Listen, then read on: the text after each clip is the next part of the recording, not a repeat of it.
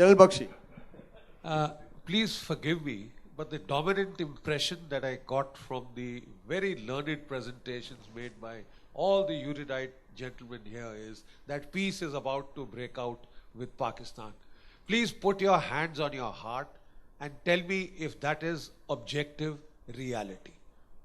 I'm very sorry to state the panel was representative, just less one dissenting note from Mr. Javed Akhtar, which was on a realist level.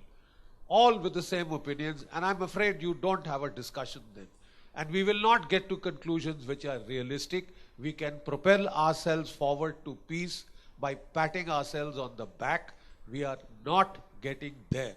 All this talk about people, please don't forget, the people of this country have elected this present government, which everybody here has blamed for whatever is the impasse between relations. You must understand, I think, a very perceptive point, and it came from a non-academic, a non-military or a diplomat, and that was Mr. Javed Akhtar. It is a question of the clash of two nationalisms. And there is something happening here in this country. Right-wing nationalism is on the rise. And it is on the rise because the people of this country feel they have been kicked around enough. If you suffered 60,000 deaths, we have suffered 80,000 starting from Punjab. General Bakshi, that's a question masquerading. That's a comment masquerading as a question. No, it is, I would say, because at the end of it, we are supposed to come to conclusions. And they will be absolutely subjective. May I have your comments on this comment, please? Okay. Any questions, please? Yeah. No, but that gives me... But Sir, thank you very much for the compliment, but I beg to differ with you on one point. People who are kicked around, who are these people? The fact is that the fundamentalism and reactionary forces in this country are brought by the privileged, not the people who are kicked around. People who are in bonded labor, people who are landless laborers, people who sleep on the payments of metropole, these are the people who are kicked around. This is the fascists. These are the curse on this country who are raising the temperature of this so-called Hindu nationalism. They want to make India Hindu Pakistan. They are as dangerous as the Pakistani right-wing. May I just come in with your permission, Bharat Bhushan Saab? I will try to remain cool. I will not become intense, but I do want to submit that I am surprised and disappointed that this discussion has gone to the level of questioning the very rationale for Pakistan.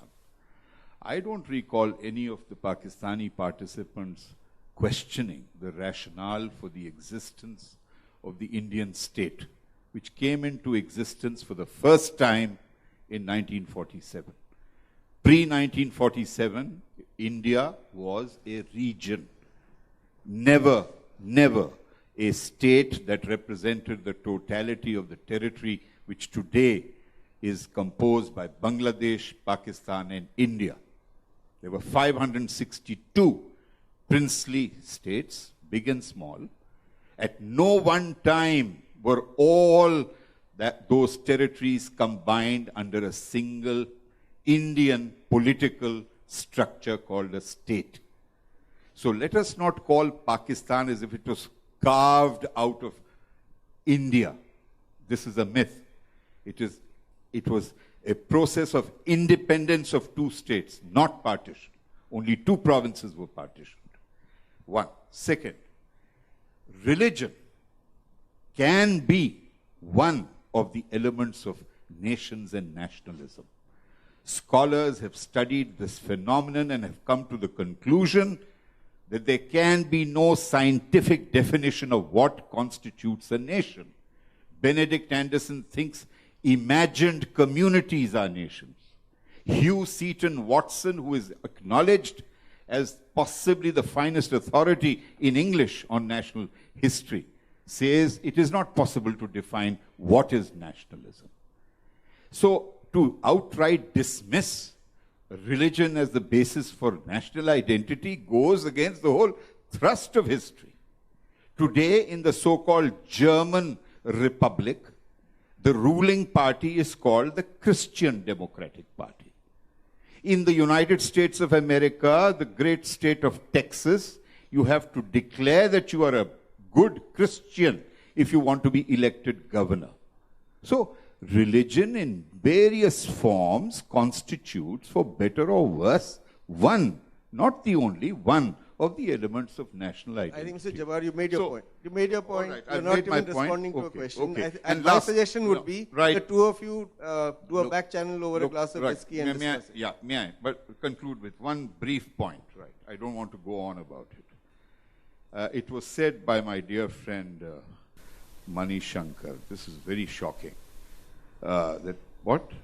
Pakistan was conceived as a non-pluralist entity. I'm sorry to say that's totally untrue. Pluralism is not defined just by having 97% of the people from one religion. Pluralism is about multiplicity of languages, dialects, ethnicities, geographies. By every one of those measures, Pakistan's genesis was pluralist, and it remains so. Just as India's Muslims are diverse, just as India's society is diverse, so is Pakistani society. And 1971 did not represent the rejection of the two-nation theory. It represented the rejection of the two-state theory. It has now become a three-state theory, two nations. Bangladesh does not want to reunite with West Bengal. They are conscious of being Muslim and they want to remain Muslim. You know, this is really unfair. Now you're taking time away from the audience. But so fundamental, I mean, you make such a strong, sweeping statement to erode, question, denigrate Pakistani national identity. We didn't do that. I mean, I didn't do it. I didn't say there's no basis for India to exist.